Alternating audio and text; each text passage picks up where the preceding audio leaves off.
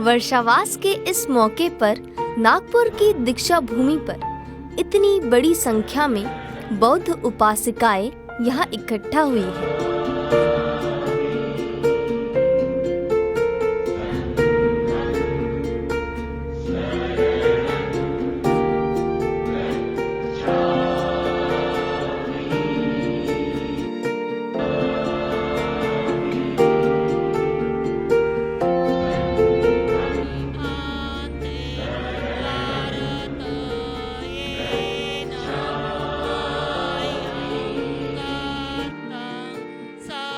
पूजनीय भिक्षुओं को वंदन कर उनसे बौद्ध संस्कृति के अनुसार याचना की ताकि वे सबको त्रिशरण पंचशील दे।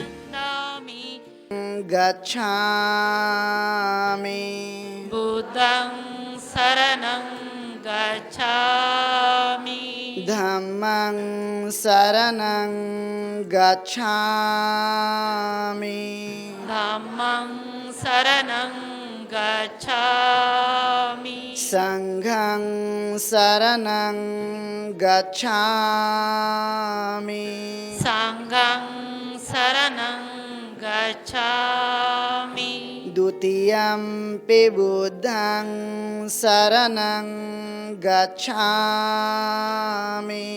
द्वितीयंपि बुद्धं शरणं गच्छामि द्वितीयंपि धम्मं शरणं गच्छामि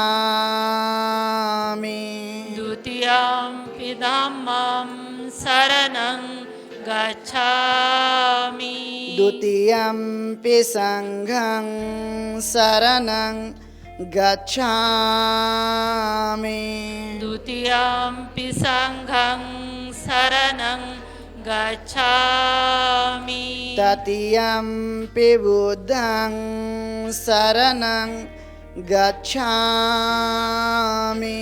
तृतीयंपि बुद्धं शरणं गच्छामि तृतीयंपि धम्मं शरणं गच्छामि तृतीयंपि धम्मं शरणं गच्छामि। सही में इतना अच्छे से धम्म को ग्रहण कर रही है। अपने सभी राग, द्वेष, तृष्णा, ईर्ष्या ऐसे दुर्भावनाओं को छोड़कर शुभ्र वस्त्र में यहाँ उपस्थित हुई है और उसका उच्चारण भी नहीं होता था।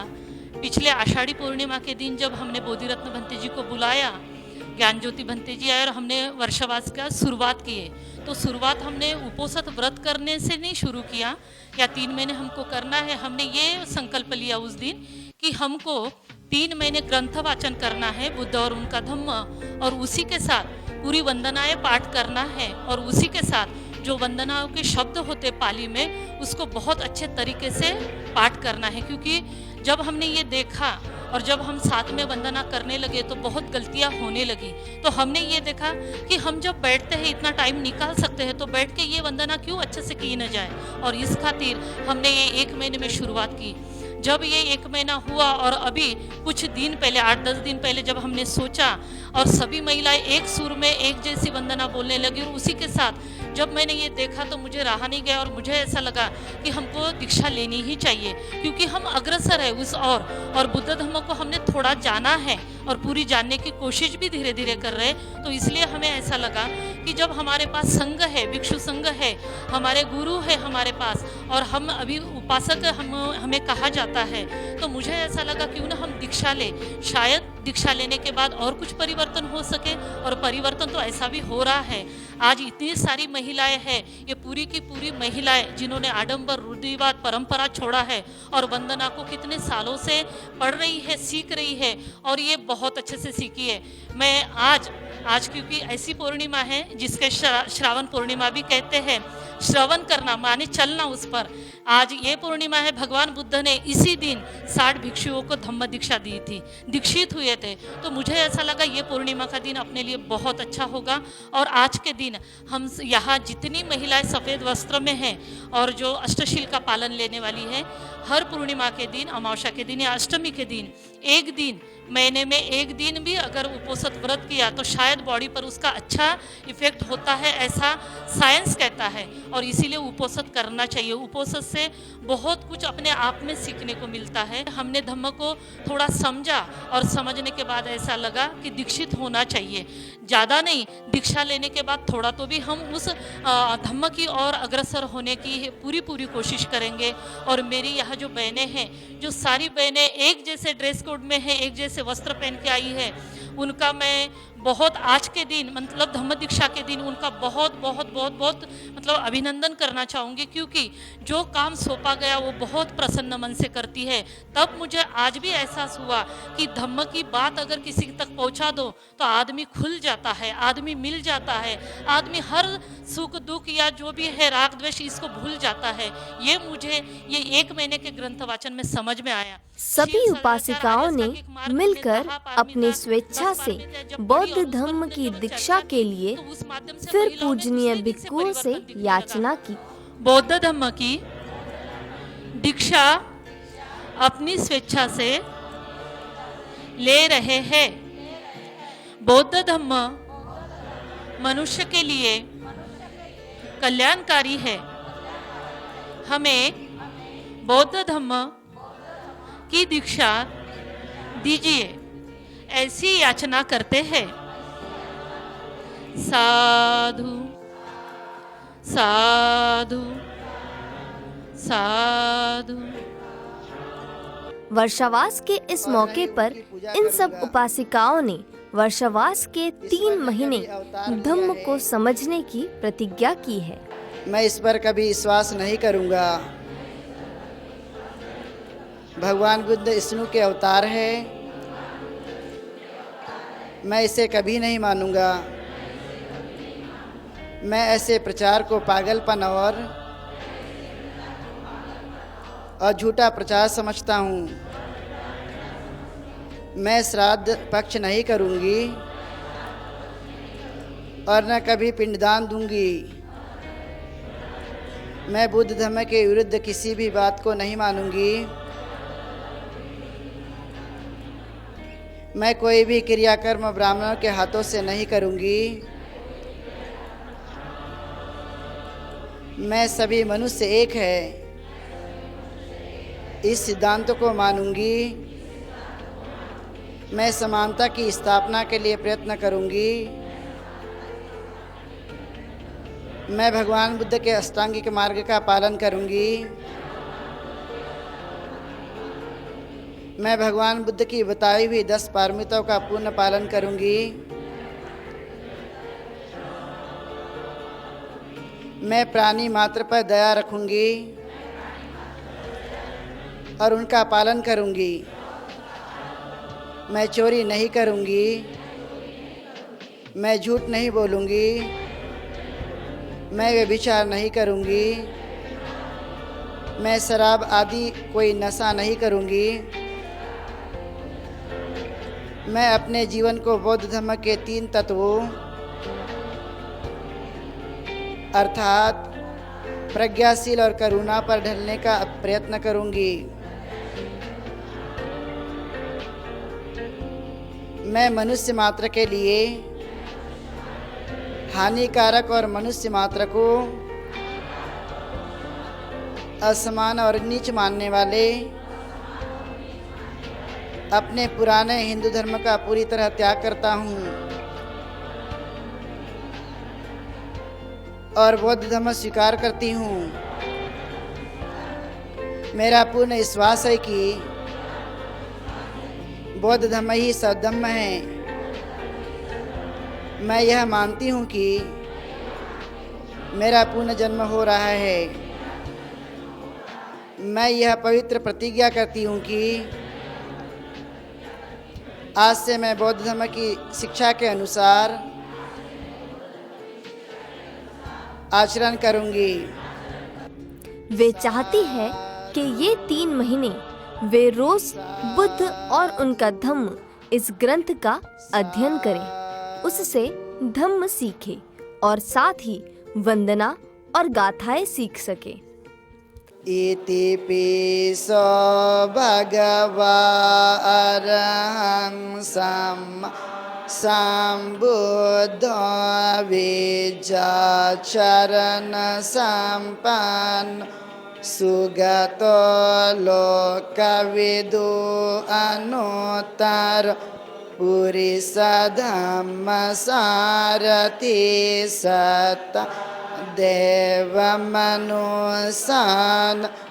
बुद्धो भगवते सवाखातो भगवता धम्मो संदिठिको अकालिको यहि पसिको ओपनायिको। भंते जी ने धम्म दीक्षा के बारे में बताया और मार्गदर्शन किया। अम्बेडकर ने 1956 में 14 अक्टूबर को हम बोले तो हमारे माँ बाप को दीक्षा दी थी। आज हम ले रहे हैं। इसके पहले शायद आपको दीक्षा का मीनिंग नहीं मालूम होगा, लेकिन आज आप जैसे आपके माँ बाप बौद्ध बने थे बाबा साहब के साथ, वैसे आज आप बौद्ध भी बने हैं और आपका शायद मुझे लगता है नामकरण भी होगा, नामांतर होगा, वो आपका बौद्ध नाम होगा।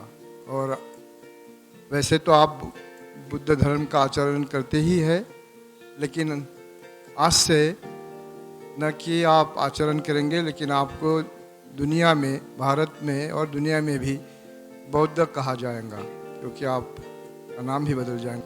क्योंकि इट इज़ द लेडीज़, हाँ, यदि एक लेडी लेती है तो हज़ारों को शिक्षा दे पाती है, और आपको ये सब मालूम है। हो सकता है बाबा साहब ने जो कहा था कि मैं सब भारत को बौद्धमय करूँगा, तो ऐसा लग रहा है आज से ये सब देख के कि भारत बौद्धमय ज़रूर हो जाएगा, क्योंकि आप इतने शक्तिशाली जो है, तो naturally tomorrow the whole country would be Buddhist country. इसी प्रकार के लोग अभी मुझे मालूम है कि under Buddhist monk Dalai Lama and many Theravada monks there are 300 scientists, 300 शास्त्रज्ञ उनके मार्गदर्शन में काम कर रहे हैं, बौद्ध धर्म के बारे में, बाबा साहब अम्बेडकर के बारे में, और साइंस ऑफ माइंड पर काफ़ी रिसर्च चल रहा है। साइंस ऑफ माइंड पर इतना रिसर्च चल रहा है कि जैसे कि अभी हम नाम सुने होंगे, आइंस्टाइन का नाम सुने होंगे, बाद में अभी स्टीफन हॉकिंग का नाम सुने होंगे आप। तो स्टीफन हॉकिंग कहता है आज कि there is no God today after experimentation. तो उस वक्त भगवान बुद्ध ने तो 2600 साल पहले ये कहा था। बाद में बाबा साहब अम्बेडकर ने हमको याद दिलाया, और आपने भी कहा 22 प्रतिज्ञा में कि मैं कोई हिंदू गॉड पर विश्वास नहीं करूँगी मतलब आप लेडीज़ है बोल के मैं वो कहाँ हूँ। ऐसा ही आपके जैसे ही स्त्रियाँ भी scientists, professors, students of many varied fields, काफ़ी अलग अलग वॉक्स ऑफ लाइफ से आते हैं, जो बुद्धिस्ट हो रहे हैं। और आपको ताजुब होगा कि बाबा साहब ने उस वक़्त कहा था कि मेरे भाइयों के साथ, मेरे बहनों के साथ बाकी की दुनिया भी बुद्धमय हो जाएंगे। सभी उपासिकाओं ने मिलकर अपनी स्वेच्छा से बौद्ध धर्म की दीक्षा के लिए फिर पूजनीय भिक्षुओं से याचना की। सबं अपराधं क्षमतु मे भन्ते द्वितीयंपि ओकास वन्दामि भन्ते द्वारत येन मयं कतं सबं अपराधं क्षमतु। पूज्य बनते डॉक्टर आनंद जी, बनते विनय बोधी एवं तमाम बनते संघ एवं उपासक उपासिकाएं, आज का दिन काफ़ी महत्वपूर्ण दिन है। यदि इसे कहे तो एक प्रकार का इतिहास है। You are the all of part of history, कि सभी लोग आप जो है एक इतिहास के पार्ट बन चुके हैं। क्योंकि इसी धरती पर परम पूज्य डॉक्टर बाबा साहब अम्बेडकर ने नागलोगों की भूमि में 14 अक्टूबर 1956 को इसी धरती पर लाखों लोगों के साथ में दीक्षा ग्रहण की थी। और आप लोग, सबसे बड़ी बात यह है कि स्त्रियों ने उपासिकाओं ने यह धम्म की दीक्षा ली है। और यह हम लोगों ने देख रहे हैं कि अभी ये अंतिम पड़ाव की बार कार्यक्रम होने जा रहा है। तो इस तरह से इस नागवंशियों की धरती पर बड़ी संख्या में खासकर उपासिकाओं के द्वारा यह दीक्षा ली जा रही है। क्योंकि यदि उपासिका यदि वह दीक्षा ग्रहण करती, एक सबसे बड़ा आदर्श माना जाता है।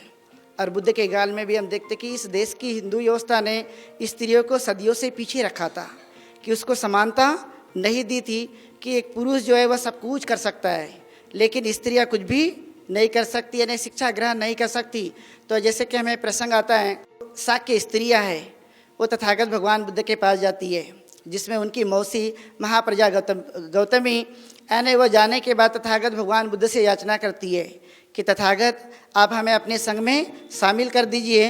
लेकिन तथागत भगवान बुद्ध ने उस काल की परिस्थिति के आधार पर देखा कि स्त्रियों के लिए रहने के लिए पर्याप्त स्थान नहीं है, उनकी उतनी अच्छी सुरक्षा नहीं है, और इसलिए पहली बार उन्होंने उनको मना कर दिया।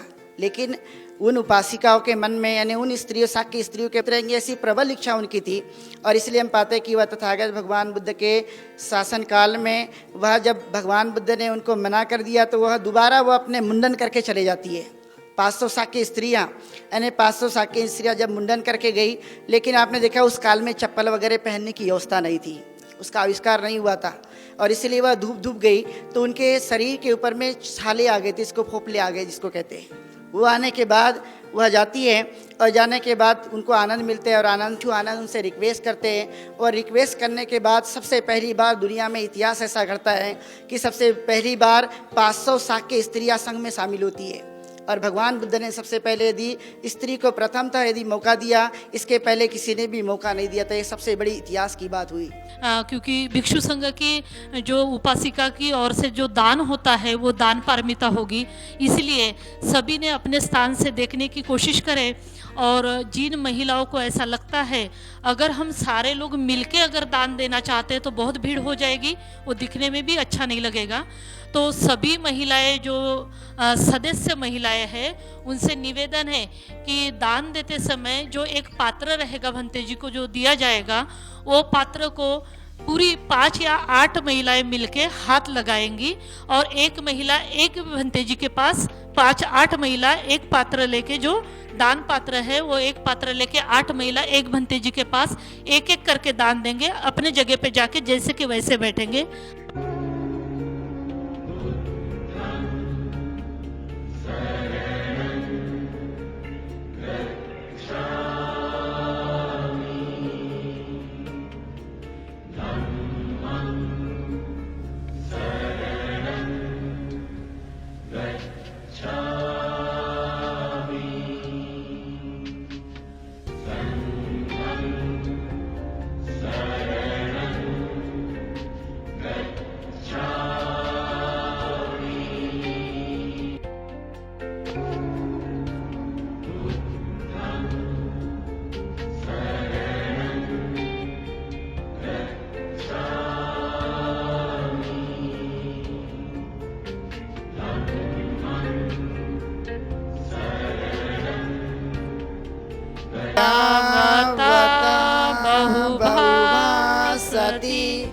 यो च पंपे सुत्वानं धम्मं कायेन पश्यति सवे धम्मधरो होति यो धम्मं न पमज्जति नाति मे शरणं अय्यं बुद्धो मे शरणं वरम् एतेन सच्चवज्जेन होतु ते जयमंगलम्। आप सभी को मैत्रीपूर्ण जय भीम। मैं पुष्पा बौद्ध। आज हमने पारिवारिक धम्म संगोष्ठी बौद्ध महिला मैत्री संघ की ओर से भिक्षु संघ के उपलक्ष्य में, भिक्षु संघ की उपस्थिति में हमने धम्म दीक्षा ली है। और इसलिए आवाज़ चैनल की ओर से मैं सभी को यही कहना चाहूँगी कि सभी ने ऐसा दीक्षा समारोह करना चाहिए और सभी के सरनेम चेंज होना ही चाहिए और सभी के नाम चेंज होना चाहिए। नाम चेंज होने से शायद हमें वो जो बुद्धिज़्म की बात होती है शायद वो बात आएगी। और स्पेशली मेरा खुद का एक प्रयास है, जैसे हमारे पूजनीय चंद्रकीर्ति भंते जी जानते हैं, मैं गए 28 साल से ये काम कर रही हूँ पारिवारिक धम्म संगोष्ठी का। और मेरी हमेशा कोशिश रही है कि मैं महिलाओं को घर के बाहर कैसा निकालूं, हर एक कदम पे मैं आगे एक काम अच्छा कैसा करूं, हर एक पहल कैसा करूं। मैं यहाँ तक कि महिलाओं को ये भी सिखाना चाहती हूँ कि अपने आप को खुद को ऐसा पेश करो कि महिला किसी चीज़ से कम नहीं। जैसे कि भगवान बुद्ध ने कहा है कि महिलाएं भी एक 7वां रत्न है, तो वो दिखा दे कि मैं 7वां रत्न कैसी हूँ। या संघाला आम्ही 200-250 महिला जोडलेल्या आहोत। तर या सर्व महिलांनी आपण एका संघाने या ठिकाणी दीक्षाभूमीवरून बौद्ध धम्माची दीक्षा घ्यायची, आपले सरनेमसुद्धा चेंज करायचे, असा ताईंचा हा संकल्प होता आणि त्या संकल्पाला आम्ही सर्वांनी दुजोरा दिला आणि अशा रीतीने आज या हॉलमध्ये हा कार्यक्रम या ठिकाणी आम्ही संपन्न म्हणजे या ठिकाणी झालेला आहे। तसेच म्हणजे या ठिकाणी नामांतरणाचा सुद्धा कार्यक्रम झालेला आहे। तर हा कार्यक्रम असा की जसं आता माझं नाव मधुलिका गजभिये असं होतं पूर्वीचं नाव, तर भंतेजींनी सांगितलं की आता गजभियेंच्या ऐवजी गौतम हे नाव होईल। तर मला सुद्धा खूप आनंद झाला की आता याच्यानंतर मी मधुलिका गौतम म्हणून ओळखले जाणार आहे। राष्ट्रीय पारिवारिक धम्म संगोष्ठी बौद्ध महिला मैत्री संघ, इसके द्वारा यहाँ जो यह कार्यक्रम आयोजित किया गया था धम्म दीक्षा का, यह बहुत यानी जैसे बताया गया कि भिक्षु संघ की तरफ से बताया गया, भंते जी की तरफ से बताया गया कि यह दिन बहुत महत्वपूर्ण है। यह जो श्रावण पूर्णिमा के दिन भगवान बुद्ध ने 500 भिक्षुनियों को जो धम्म दीक्षा दी थी, तो यह एक यानी महत्वपूर्ण दिन था। और यह सब हमारे पुष्पाताई बौद्ध जो हमारी ताई है उन्हीं की तरफ से यह कार्यक्रम जो संकल्प किया गया था, उसके अनुसार इतनी बड़ी तादाद में यानी इतने 150-200 महिलाओं ने एक साथ यह धम्म दीक्षा ली, तो यह एक यानी ऐतिहासिक घटना ही हुई। मैं चाहती हूँ कि सभी ही बौद्ध जनों ने ये सोच लेना चाहिए कि हम सभी एकत्रित होकर हमारे त्यौहार और हमारे संस्कार एक तरीके से अगर हम करते हैं तो हम हमारी पहचान बना पाएंगे। आधे बौद्ध इधर और आधे बौद्ध उधर अगर जाते हैं तो वो गाना याद आता है, आधे इधर और आधे उधर, और लोग उस गाने पर नाचते हैं। असली में वो दुखद गाना है, क्योंकि वो वहाँ बंटवारा हो जाता है बौद्धों का, और हमको बौद्धों का बंटवारा नहीं करना है, हमें एक होकर खड़े होना है। और धम्म दीक्षा के साथ नामांतर करने के बारे में भी बताया। कुछ उपासिकाओं ने दीक्षा लेने, बौद्ध नाम अपनाने के बारे में अपना मत रखा। आज सभी महिलाओं से मैं गुजारिश करती हूँ कि सभी महिलाओं ने बौद्ध धम्म की दीक्षा लेना चाहिए और अपने सरनेम बदलना चाहिए। जब तक हम लोग अपने सरनेम बदलेंगे नहीं, बौद्ध धर्म की दीक्षा लेंगे नहीं, तो हम लोग बौद्ध कहलाएंगे नहीं। हम इसी डर से पीछे रहते हैं कि आज यदि हमने बौद्ध धर्म की दीक्षा ले ली तो हम लोग को सहूलतें नहीं मिलेंगी और हम लोग बौद्ध होने से सब पीछे रहेंगे। लेकिन यह सब गलत है। यहाँ हम लोग को बौद्ध धर्म की दीक्षा लेने के बाद भी सारी सहूलतें मिल सकती है। हम अपने बच्चों को अच्छी से अच्छा शिक्षा दे सकते हैं और उनको आगे बढ़ा सकते हैं। मैं सभी महिलाओं से यही गुजारिश करूंगी कि अपने बच्चों को, अपने पति को, अपने घर के अड़ोसी पड़ोसी सभी को समझाइए कि आप सब बौद्ध धर्म की दीक्षा लीजिए, अपने सरनेम बदलिए, तो ही अपन बौद्ध बन सकते हैं और बाबा साहब का मिशन ये आगे चला सकते हैं। ये धम्म दीक्षा का कार्यक्रम आयोजित कर फिर बौद्ध जनों की एकता का प्रदर्शन किया है।